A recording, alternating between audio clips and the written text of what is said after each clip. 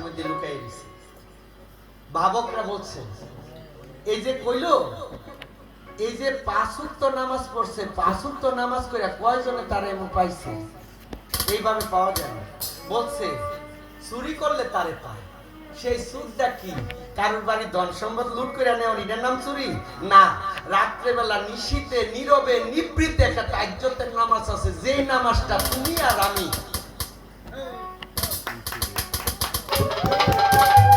এমন চুরি করে যদি কেউ নামাজ পড়ে গোপনে নীরবে নিবৃত্তে একটা দমের ঘরে টানুতে, তখন আল্লাহ আল্লাহ,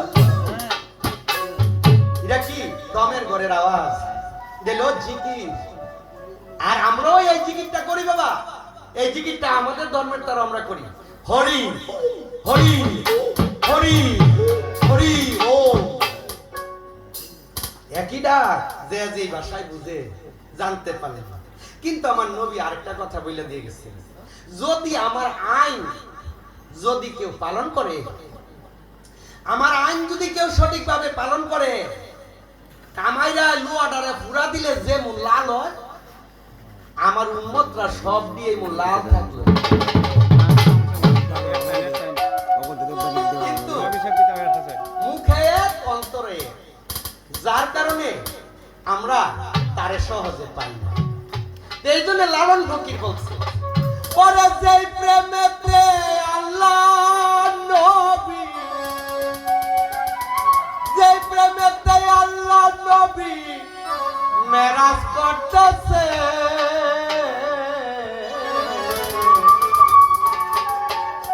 যে প্রেমেতে আল্লাহ নবী মেরাজ করতেছে। মেরাজ মানে কি? তার সাথে মিলন, আনন্দ, প্রেম, তার খবর জানা, তার ধ্যানে থাকা। তুমি আর আমি ছাড়া এই জগতে কেউ নাই। এই আমরা তো যার টাকা আছে হেরা না, আমরা মক্কাতে যাই, মদিনাতে যাই। যার টাকা নাই হ্যাঁ কেমনে যাবে? তো এখানে বলছে পরে দিল মসজিদে নামাজ পরে যেই জন, তার কাবা ঘরের কি প্রয়োজন?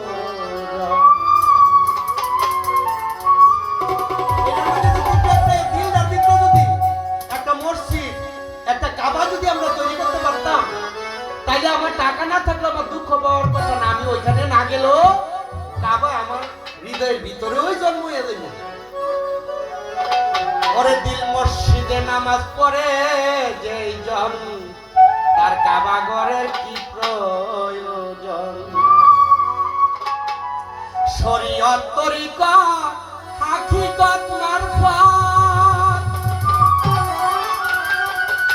বসে তুমি করছো ভাবন, না জেনে তার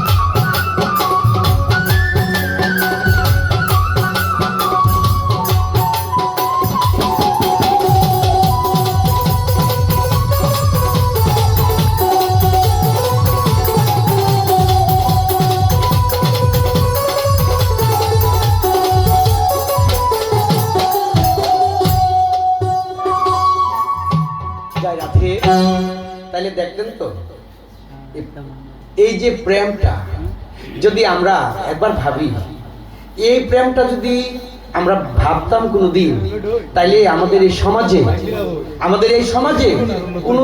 কোনদিন আমাদের এই সমাজে মন খারাপ, বিঘ্ন, অশুভ, দুঃখ দেখা যায়। আমরা তো সবাই ভাই ভাই, সবাই তো আমরা বাবা মা, সবাই তো আমাদের পাড়ার একজন। আজকে যদি আমার রক্তটা যদি না থাকে শরীরে, আমার একজন ইসলাম ধর্মের বাবার থেকে রক্ত আনলে কি আমি মারা যাব না বেঁচে থাকবো? বেঁচে থাকবো। আবার ইসলাম ধর্মের বাবারা যদি রক্তের প্রয়োজন হয়, আমি যদি দেই, তাইলে কি এটা খারাপ হবে? তাই এইটাই আমাদের মানুষের পরিচয়। আমরা হইলাম মানুষের পরিচয়। আসলে জাতের পরিচয় হয় জন্ম দ্বারা। জন্মের আগে আমার কি জাত ছিল এটা কেমনে কইব? এই জন্য তো লালন বলছে জাত গেল বলে একই আজব কারখানা। তাইলে এই কথাটা শেষ দিয়ে নেই। আমার বাবাটা অনেকগুলি টাকা দিয়েছে, বাবাটার জন্য